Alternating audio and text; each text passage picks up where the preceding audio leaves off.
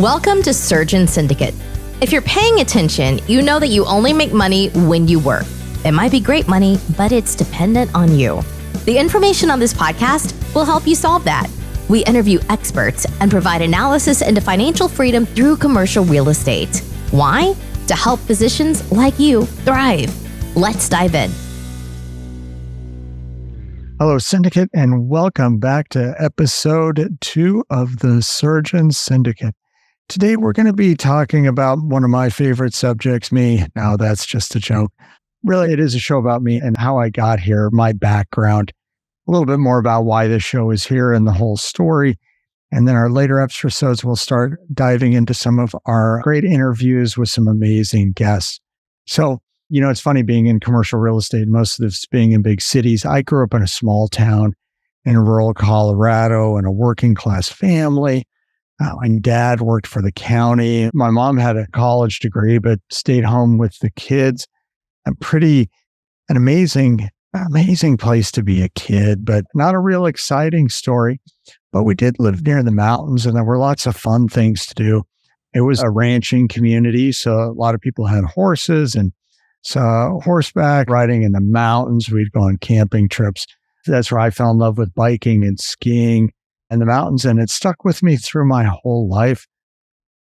With the things that are there, it allowed me to put a lot of time into things that I love, and that stuck with me through life, that I really liked having or loved having parts of my life that I love. I throw that in because we'll get back to how that shaped my future. But basically, I grew up with your pretty standard background and pretty standard view on education and life. You go to school, you get good grades, you can go to more school and get more good grades, and then someday you get a good job. My dad worked for a job that worked for the state.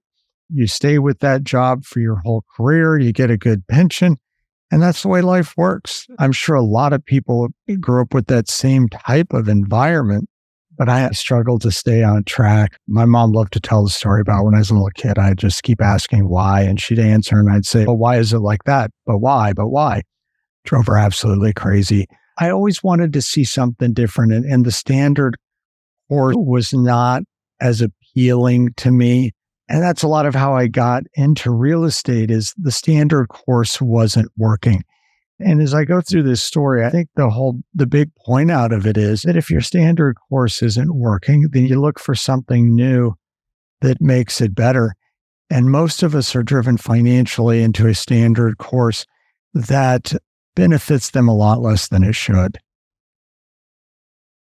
And a lot of us aren't exposed to a lot of opportunities. We have to dig those out. And so I grew up in a small farm town. 65 kids graduated from my high school class. We had a high dropout rate. So it was not a place that you saw the possibilities of the world. When I headed out into the world, I started seeing that I didn't like this path. And I left college multiple times, transferred schools, went to different places, ended up going to 3 different colleges and taking an extended trip through the education system. Well, one of those times when I stopped going to school, I started teaching skiing because it looked like a great way to be able to ski for free, because my family couldn't afford to, with the money that I was making and for my family, that skiing was something I loved to do, but I had to scrape together all the money for it. And my original idea, I was going to go to the ski area and be a lift attendant and get a free ski pass because I wasn't that good a skier. And when I went, they'd already done all their hiring. And I ran into the daughter of the ski school director, who I knew through some mutual friends. And she's like, why don't you go to ski school? And the point of this story is how opportunities come up, and it's whether we grasp them. So I was like, well, I don't ski that well. I don't think you want me as a ski instructor. And she's like, no, we have a training academy and we'll teach you what you need to know. And so this academy, the price compared to buying lift tickets, that it came with the lift tickets and all this training. I'm like, wow, this is the greatest deal I've ever found. So I signed up and I went and I got hired. And it became one of the biggest distractions to me finishing college because I spent a lot of time skiing. But the amazing thing that I learned because of that exposure, because I spent time working in Crested Butte and in Aspen and Summit County in Colorado, and was able to ski with and spend time around some truly amazing people in the world, some of the world's most extraordinary and successful people. And at the time, I didn't realize it. But when I look back at this and I think, I see that I was introduced to notions of success and what's possible that was different than what I was fed in the standard educational system. And these built up and became a big part of ending up in commercial real estate. One of the biggest things was that I started seeing that all of the people who were the world's wealthy and fast lane people had a significant amount of money in commercial real estate. And I would hear about it over and over again. And the people who were new business starters, who started a business and built it and made their fortune, would transition to where they had money in commercial real estate. So I always wondered, what's this thing about? And maybe I see this looking back. At the time, I really didn't appreciate it, but I was skiing and having a lot of fun. And it was an amazing, my 20s were a ton of fun. I didn't start medical school till I was 28.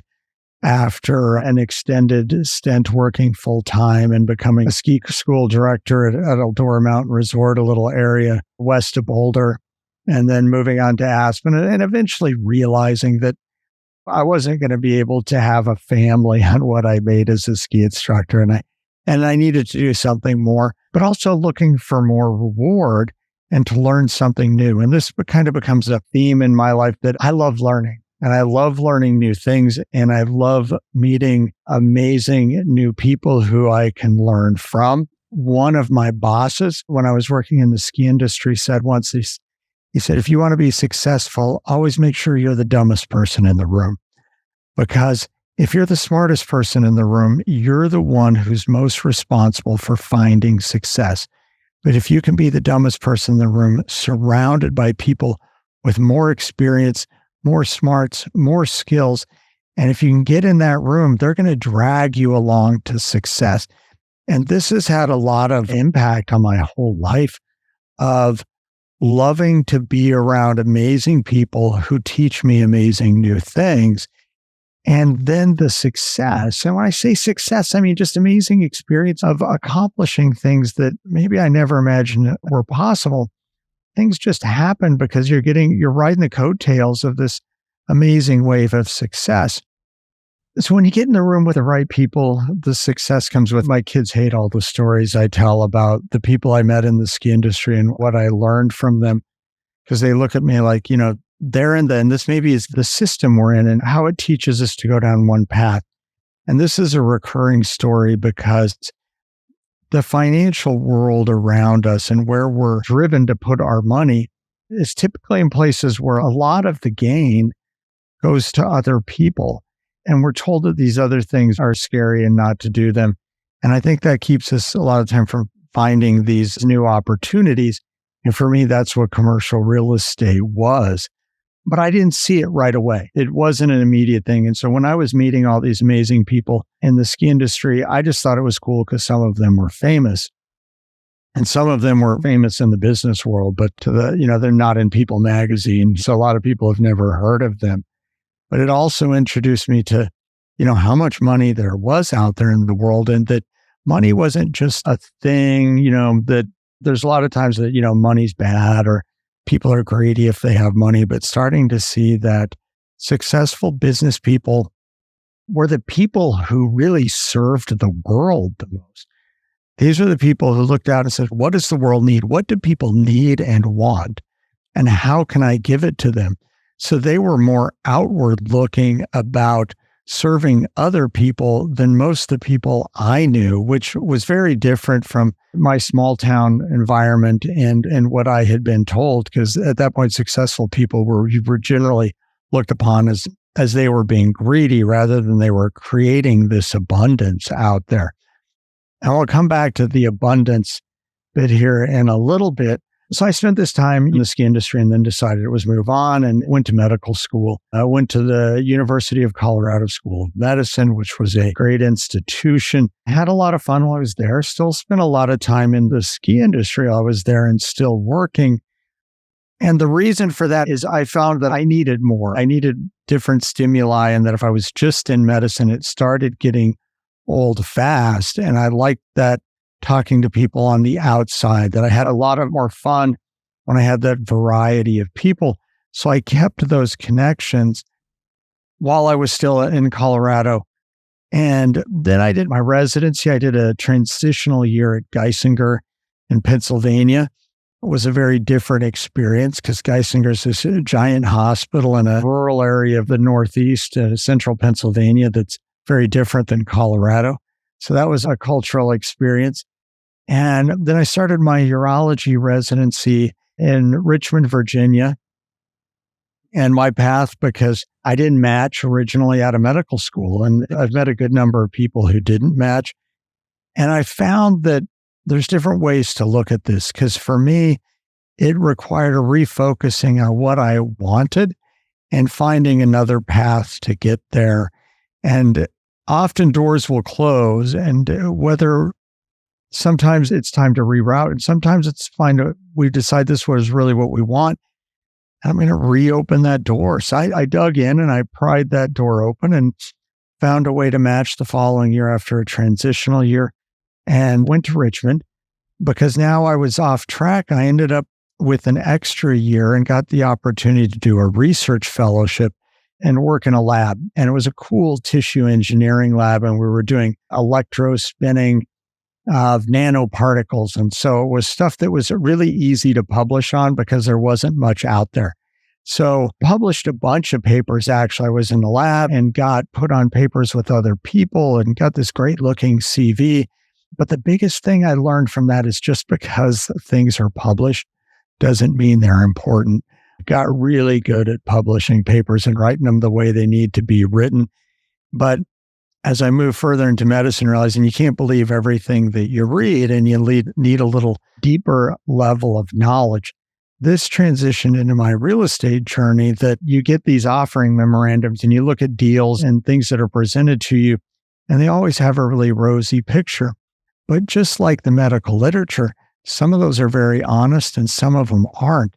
And one of the great skills is learning how to look at one of these and decipher whether they're telling you the whole story, and how to ask the right questions to find out if this real estate opportunity or this medical literature is worth the paper that it's written on. So I finished my residency in Richmond, and the plan had always been to go back to Colorado to work in a more rural area because I wasn't a big fan of the city at the time.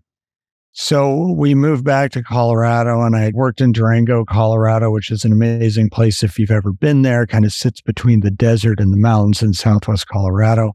But everybody else wanted to live there, and everybody was moving to Colorado at that time. And we ended up with 5 urologists and a 2.5 urologist market. And I was the new young guy. So I'd say I was making enough money that I could have lived on, but wasn't going to move along financially very fast, and wasn't saving money for retirement. And like I said, since I went to school at a little later age, needed to make some progress. So we started looking for other opportunities and moved to Lander, Wyoming, which is another spectacular part of the world. It's next to the Wind River Range on the other side of the pass from Jackson Hole. A really wonderful place. And we were really excited to be there. There wasn't a urologist within 2 hours of me. It really looked like a market that we would thrive in. But while we were there, figured out that a lot of people in Wyoming like to go to big cities outside of Wyoming for their health care. So it was really hard as the small town urologist to get people to stay in town.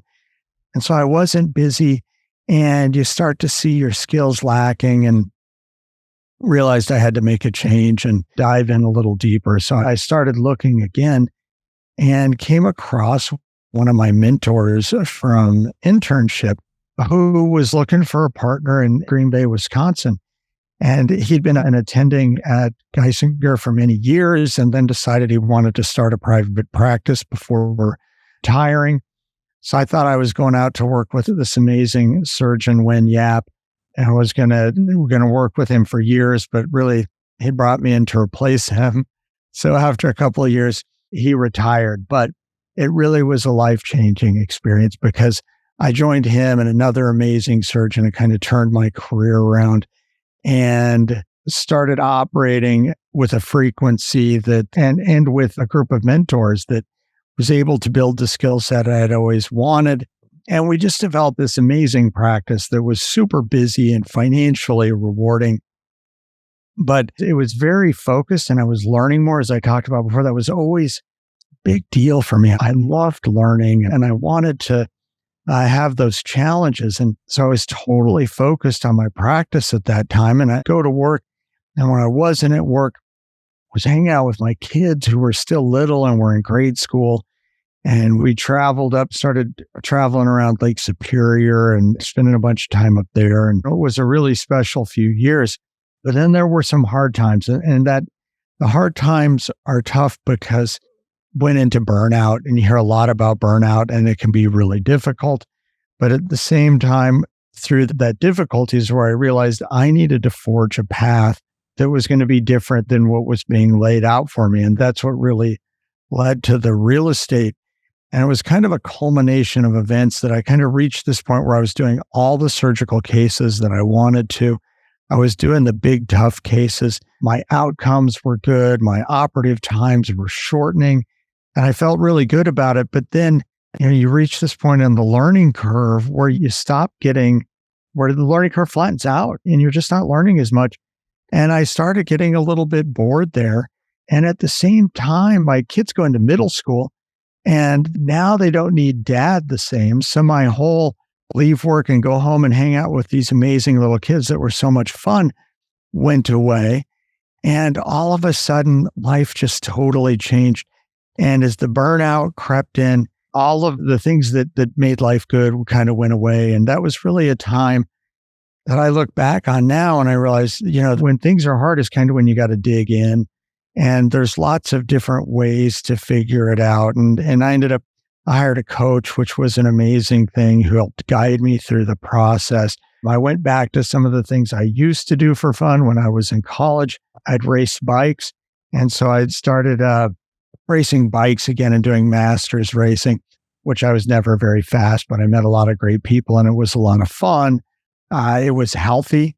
Developing those healthy habits for your stress versus unhealthy was a quality thing. And I found some success there again, probably because all the really fast people were fast when they were young and now they moved on and weren't racing bikes anymore. And it was just old guys I should say that because maybe there's some old guys who are really good, but were good when they were young. But so I think I was competing against people who weren't fast when they were young and had more success, which was kind of my fun success again during that time. But back to the real estate that was kind of then COVID hit, which was difficult for everybody. But it was really during COVID that we talked for a long time about buying a second home up on Lake Superior and spending more time up there because it was a place we loved to go. There's great cross-country skiing in the wintertime and mountain biking in the summer. But we never really pulled the trigger on it. And then during COVID, a lot of stuff started coming for sale. And we found this fourplex because landlords were nervous about getting rent paid because of all the things where tenants didn't have to pay rent. And a lot of that was going on in Michigan. And so these folks had decided they wanted out of that. And they had this fourplex for sale and said, instead of buying a second home, let's buy a fourplex. My wife sometimes still rues that and was like, why do I have to? When we go up there now, there's work, these other things going on, and it's not just vacation and fun. But it turned the corner where now I started seeing income coming in from that. And I'd wanted to do this for a while, but I'd been scared to. So I think the next part of this story is really that there's a lot of mindset stuff here to get through. And as surgeons, as doctors, we're told we have to be perfect. You can't mess up. You're going to create liability. You're going to hurt people. And we're not really encouraged to try things out of our comfort zone so much. So when I bought this fourplex, I knew going into it, and I remember being so scared about it that I wasn't going to do it. I was going to do it. We'd owned a rental before and it was a giant mess. And my coach had said something about, sometimes you just got to jump in and fail and learn from your failures. And so it was actually a little liberating when we started because okay, I'm going to buy this fourplex. I'm going to manage it. I'm not going to have enough time to do it. I don't know what I'm doing and I'm going to really mess this thing up, but I'm going to learn and I'm going to get better at it. And I actually got better at it a lot faster than I thought I would. And it was less traumatic than I thought it would be. And it was a really good experience. And I was like, wait, I can do this. This is a good place to start building a passive income stream, to start building something where I'm not as dependent on this job of being a doctor that was beating up on me and causing me to be burnt out. But it also became this other challenge that I was getting better at again. And, and it was something new all the time.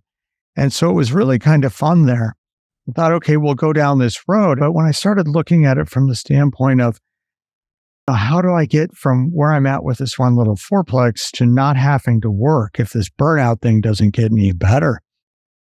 And I realized it's going to take a lot of fourplexes.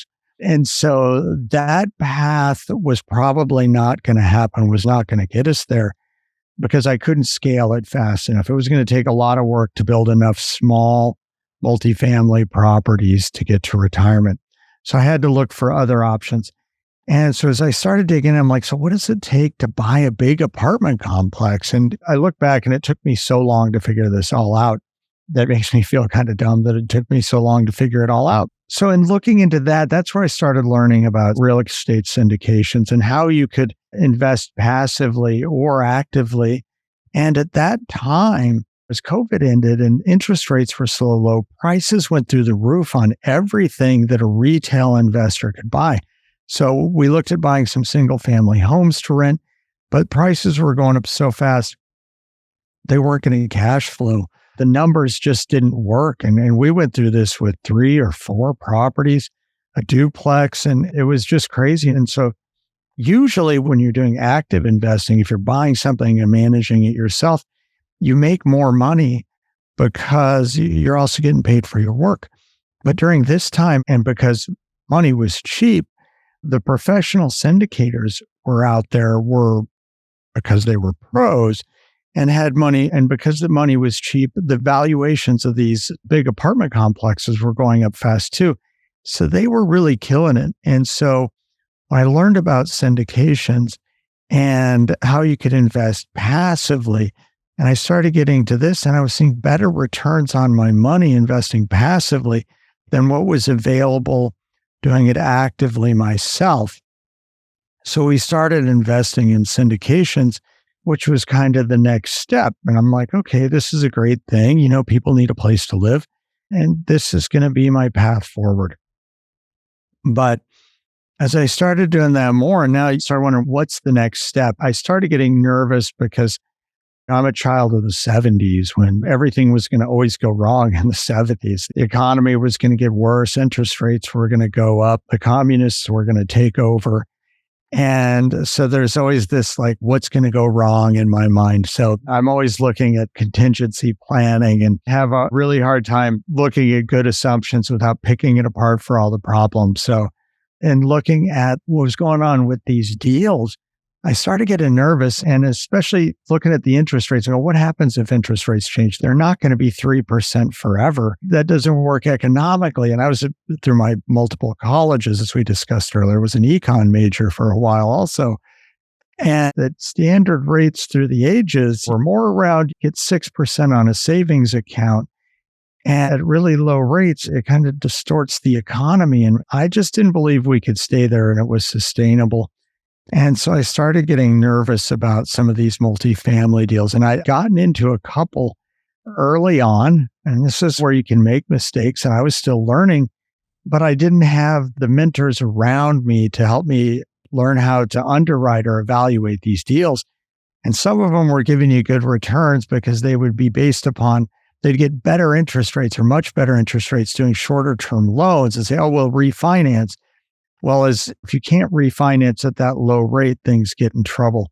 So I was in a couple of these and they started making me nervous. So I just kind of stopped investing in syndications and money just went to the bank account because I couldn't get past, I was kind of stuck on how this all works.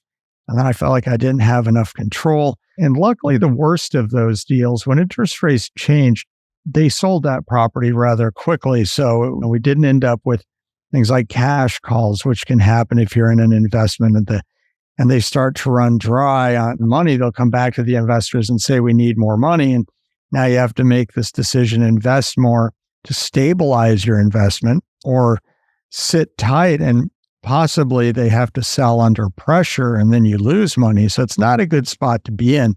And a good thing to ask if you're looking, when you talk to syndicators, when you're looking at investments, of what is your worst case scenario? And if somebody can't tell you their worst case scenario, I won't invest with them, because if they haven't been down that road of how could this go sideways and how are we going to protect ourselves from that? What is our worst case scenario? So that's a good question to put on your list. And we'll talk about these questions to ask syndicators more on additional shows. Anyway, so we stopped investing in these multifamily syndications for a while this interest rate thing played out. But at the same time, I kept looking like, how do I buy something bigger and what else? And I'd always wondered for years, you drive by a strip mall. Who owns a strip mall? Who owns a warehouse? And I just assumed they were all owned by big companies, private wealth funds, and most of them are, or a lot of the really big stuff. But there's a whole variety out there of commercial real estate. And so I started digging into that and figuring out, well, how do I invest in a strip mall? And originally I'm thinking about these big strip malls near the mall with all the big national clients. And those are great buildings for the reason that they typically have corporate lease payers, but they also tend to operate at a much lower profit. So the people who own them are more looking for stability versus wealth generation.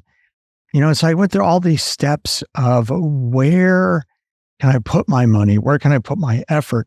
Where am I going to get the most return for it? Where can I have the control to change my risk? And through that process is what led me to finding the non-multifamily commercial properties. So this world is where we're talking about strip malls again, warehouses. So a lot of time with the multifamily folks, so when they talk about alternative investments, their alternative investments are self-storage and car washes. And they're all things that we all use. And so it makes a little more sense to buy one than some of these others. So there's less competition when you get into this industrial world. And there's also more creativity to it. So these properties, if you buy the building and it's empty, it's worth one price. But if it's fully rented and has a 20-year lease on it, it's worth a lot more. And you can kind of sell it up the equity chain. And so there's this whole variety of properties that you can find things that are super cheap because their value hasn't really been pulled out of them. And when you buy them like that, there's not a lot of risk because you're already at that lower end of the price range or in the middle of the price range. And if you know that it's in a place where there's demand, it can be almost easy. And I don't want to say easy, but identifying where that it's empty because it's been mismanaged, not empty because there's not demand, and can quickly add value to it and get it rented out. And so I really liked this world. But again, I had no idea what to do. And back to the who, not how idea in the Benjamin Hardy book. So who do I need to know? And I started looking. And I found a great group of people through the Invest Beyond Multifamily program, a guy named Ash Patel, and Ash is going to be on one of the shows here later. Amazing person, absolutely amazing guy who loves to share his knowledge with the world and help everybody be better. But with that, the who, I found the family, the group of people where there's some really experienced people in all of these different niches and some less experienced people who are hungry and are learning. And it opened this door for me to really get in and start exploring these new areas and really changed my path of investment and changed my financial future to where in a relatively short period of time, 3 years, I'd gone from being burnt out and worried about if I could continue being a doctor to having developed this great network of people that opened doors where now I saw this cash flowing future starting. I was no longer dependent on medicine and I could practice it how I wanted to. So that gets me to where I'm at now here and where really it is work optional. As we're recording this, I'm in the process of now cutting back and working half time as a urologist because I don't have to work full time. And I don't have to work so much that I hate it. I can work in a fashion that it's all good and I have time for my family. I have time to enjoy my practice. I have time to travel and I have the finances that make it work. The cash flow is running. I see it coming in and it's a liberating thing. It's a really amazing feeling. And recently I get a lot of different reactions from that. When I made that announcement that I was cutting back, there were some people who were really happy for me and hopeful, and other people's faces would go blank, that I struck a chord that made them sad or jealous, that you could see they wanted that, or at least I think that's what I was seeing, that they felt like somehow that wasn't available to them and they couldn't get there. And I encourage everybody, if you feel that way, it's a mindset thing. Everything is possible. I think it's Tony Robbins who talks about a scarcity mindset versus an abundance mindset. So I was a child of the 70s. I grew up in a small farm town where everybody was poor and we had a scarcity mindset. I grew up in the scarcity mindset that you're not going to have much. There's not a lot to go around. And the key to success is living with less and having less. And that people who have more must have taken somebody else's and were making other people poorer. Where the abundance mindset says the world, the universe wants to provide you. God wants you to have abundance, and go out and embrace that abundance and share your abundance with the world. And as you share it with the world, you give the world what they need and you get even more abundance back. And it's a totally different way of thinking about it. So if it's scary when you see somebody else doing something that you would like, ask them how they did it. Join them on the ride. Usually, if they're doing something amazing and they're going forward, they're going to want to share that. Everybody loves to share their success. Talk to them about it. It's awesome. My coach I was working with encouraged me to start this podcast, more than encouraged, kind of like kicked me and cattle prodded me into getting going because it felt so uncomfortable for me to do it. When I was really struggling, we were talking about what's my why for doing it? Why am I doing this? And at the time, I was really stuck on that, it was another cost. And it probably wasn't going to pay for itself. And I was struggling getting started on getting people to be on the show. And was I really going to meet great real estate experts and learn from them, which was my original motivation. But I kind of knew because he encouraged me like, hey, once this starts, and people will want to be on your show because they want to share their story. They want to share their deals. It helps them too. But where it really hit me was we talked about the abundance mindset because I knew I'd come out of this view of scarcity and it held me back. And was I sharing my abundance? And he asked, think back to when you felt trapped in your job and where you were stuck as a doctor. You had expenses, you had kids, you had a family. And you had this great success that lots of people are like, wow, I wish I had that. But I felt trapped there because I wasn't enjoying it and it was tearing me apart. He said, think how many other doctors feel that way. Do you think there's others? You have to pick up a medical journal to see stuff about physician burnout. And he asked me if I felt like I had any responsibility towards these other docs. And it's really hard when you're struggling to feel responsibility to other people. And I think when he phrased, what would it have done for me if I went back 10 years or 20 years, if somebody had fed me what I know now, and I could have started into this world of commercial real estate a lot sooner. I was like, wow, it would have totally changed my life. It would have been amazing. What about all those people out there now that need the same thing? And if you don't make the podcast, you are robbing them of their abundance. You're not giving them a chance to learn about this. And there's other places people can learn about, but hopefully we're doing the same thing. So that abundance mindset really carried into this whole thing. So we're bringing this to you to help accelerate your road to financial freedom. And I share my story that maybe it rings true with somebody else out there and helps you get over your hurdles that may be keeping you from going there or just getting more exciting and helping you dig into it even more. So this will lead us into our next episodes, which will get into some of these great interviews with some of these amazing people. Yeah, there's my stories about me. If you talk to anybody who's worked with me in the OR, especially doing endoscopy cases, there's far too many stories that I tell. So there'll be more stories. I hope you've enjoyed this. I hope it's brought you some value. Reach out if you have questions, if you want to know any more about this. But the best is yet to come, so please join us for the next show. This has been an episode of Surgeon Syndicate.